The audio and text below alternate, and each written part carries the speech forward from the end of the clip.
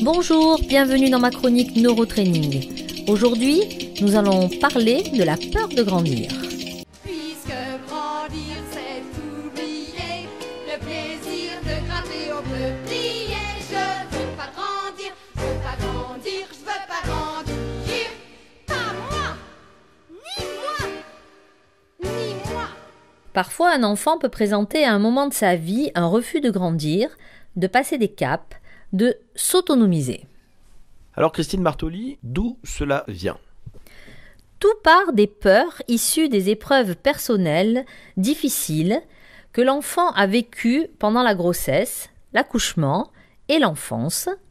Peur de perdre l'amour maternel, peur de la mort, peur de l'abandon, mais aussi des peurs maternelles qu'il a pu ressentir et garder en lui lors de la relation fusionnelle avec sa mère. Disposant de la capacité naturelle de faire face au danger ou de fuir, l'enfant va choisir de fuir devant ses peurs et va revenir vers sa mère ou son père, comme pour lui dire « J'ai trop peur de grandir, je ne trouve pas la confiance et la sécurité en moi ». L'enfant peut même être amené à vouloir retourner dans le ventre de sa mère. Il devient alors responsable de bloquer lui-même sa véritable personnalité par son refus de grandir et son désir de rester bébé. Si le père ou la mère utilise des mots tels que « mon poussin »,« ma puce »,« mon chaton » ou tout autre mot, ils vont renforcer cette régression. Devenir grand, avec le sens de responsabilisation que cela entraîne, peut faire peur aux enfants, car cela signifie non seulement établir de nouvelles formes de communication et de comportement, mais aussi couper les liens avec ses propres parents, répondre à de nouvelles attentes des adultes. C'est justement alors qu'il prend conscience du monde adulte qu'un enfant épouvanté par les changements auxquels il doit faire face peut refuser d'adopter des comportements adaptés à son âge et trouver refuge dans des attitudes caractéristiques des plus petits.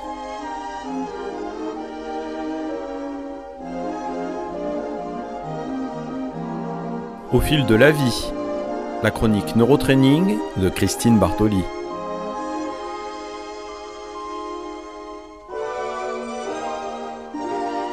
C'est souvent lorsque les parents disent à l'enfant qu'il est grand qu'un malaise se crée avec des caprices, une régression, avec des infantilismes. Parce que être grand, c'est aussi se plier à certaines actions, ranger ses affaires, s'habiller seul, être sage, savoir lire, qui ne sont pas toujours très réjouissantes pour les enfants.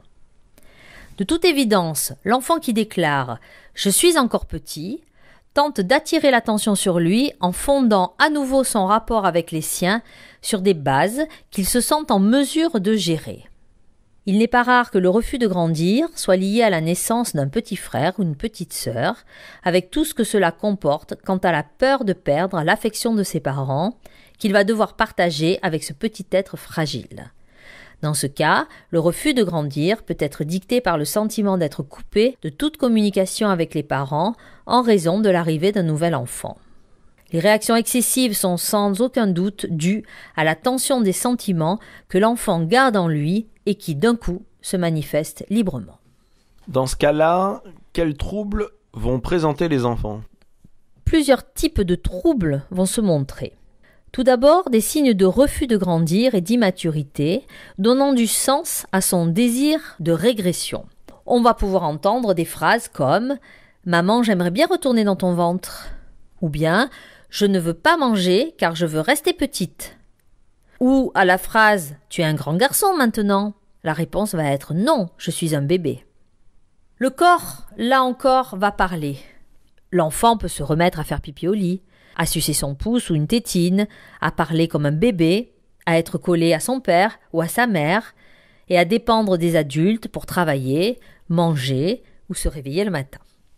Autre forme de manifestation, l'enfant roi ou l'enfant tyran. Je suis le centre du monde, je suis le centre de la vie de mon père ou de ma mère, et je veux régner sur tout cela sans partage. Développer le syndrome de Peter Pan, c'est-à-dire s'envoler dans son imaginaire.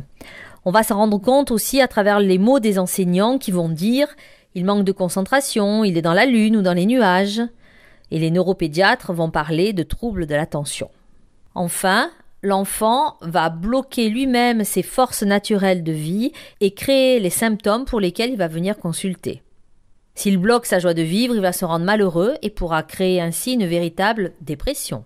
S'il bloque sa parole, apparaîtront des retards de langage, des troubles de la prononciation ou du bégaiement. S'il bloque son intelligence, naîtront les troubles de l'apprentissage scolaire, une dyslexie par exemple. Il va toujours bloquer la confiance en lui et avoir peur de beaucoup de choses. Il va souvent bloquer sa créativité et sa bonté naturelle. En bloquant ses forces de vie, il pourra subir des tempêtes émotionnelles intérieures qui vont se traduire par de l'agitation appelée hyperactivité.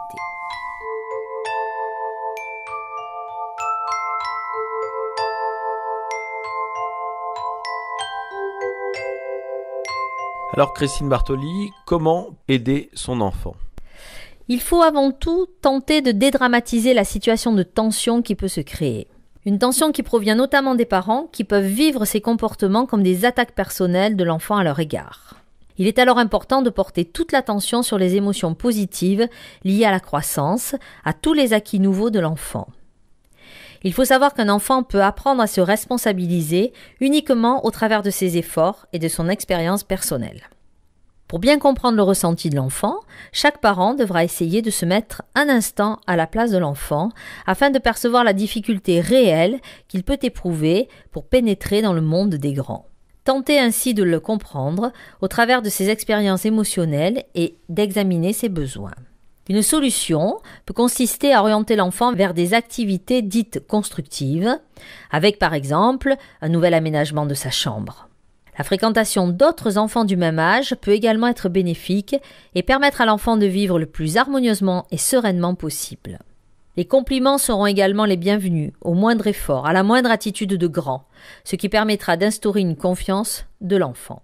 Oubliez ainsi les reproches incessants face aux attitudes trop infantiles de l'enfant et surtout ne ridiculisez pas votre enfant en présence de tierces personnes, adultes ou autres, au risque qu'il ne se renferme davantage et coupe toute communication. Généralement, il décidera de lui-même de devenir grand parce qu'il se sentira prêt et désireux de grandir. Le travail en neurotraining prend là toute sa mesure. Quand on m'amène au cabinet des enfants présentant tous ces symptômes, eh bien, on va travailler sur les causes, sur les peurs, sur les origines de cette peur de grandir, de devenir un adulte et de s'épanouir dans la vie. Au revoir. Retrouvez Christine Bartoli sur sa page Facebook Neurotraining Christine Bartoli. Vous pourrez réécouter cette chronique, laisser vos commentaires et lui laisser des sujets que vous souhaiteriez voir traités.